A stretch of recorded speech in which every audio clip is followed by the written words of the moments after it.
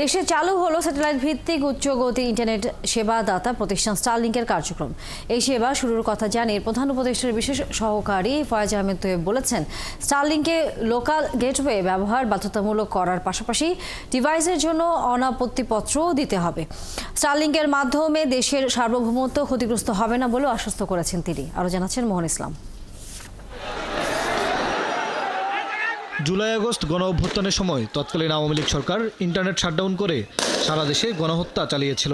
অন্তর্বর্তী সরকার দায়িত্ব নেওয়ার পর থেকেই ইন্টারনেট সেবাকে মানবাধিকার হিসাবে দেখছে এবং ইন্টারনেট ব্যবস্থা উন্নত করার লক্ষ্যে ইলন মাস্কের স্যাটেলাইট ভিত্তিক ইন্টারনেট সেবাদাতা প্রতিষ্ঠান স্টারলিংকে দেশে আনতে কাজ শুরু করে। ফেব্রুয়ারিতে আলোচনা শুরুর পর মঙ্গলবার থেকে বাংলাদেশে শুরু হয়েছে স্টারলিংকের কার্যক্রম।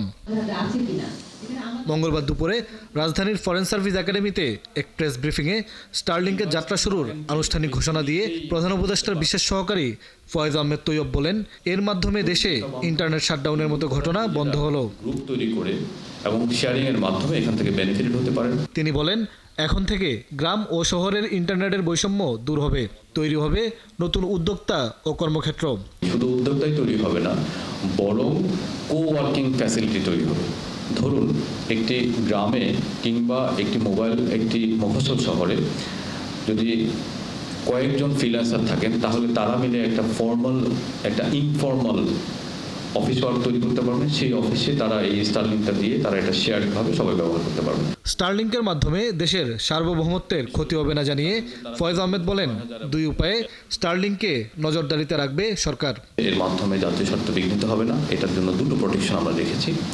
একটা প্রোটেকশন হচ্ছে স্টারলিংকে লোকাল গেটওয়ে ব্যবহার করতে হবে, অর্থাৎ তাদেরকে স্যাটেলাইট গ্রাউন্ড স্টেশন তৈরি করতে হবে এবং সেই গ্রাউন্ড স্টেশনের মাধ্যমে গেটওয়ের মাধ্যমে ইন্টারনেটে যাবে, যাতে আনঅথরাইজড ডিভাইস বাংলাদেশের সীমানায় না ঢুকে, বিশেষ করে সীমান্ত অঞ্চল সহ বিভিন্ন এলাকায়। সেজন্য আমরা বলেছি ডিভাইসগুলোর জন্য এনওসি নিতে হবে। শুরুতে স্টারলিং দুইটি প্যাকেজ দিয়ে যাত্রা শুরু করেছে, একটি ৬,০০০, আরেকটি ৪,২০০ টাকা। আর সংযোগ নিতে এককালীন খরচ ৪৭,০০০ টাকা। আর স্টারলিংয়ের থেকে ডিভাইস প্রতি $1 করে ভ্যাট নেবে সরকার। মোহন ইসলাম, ৭১, ঢাকা।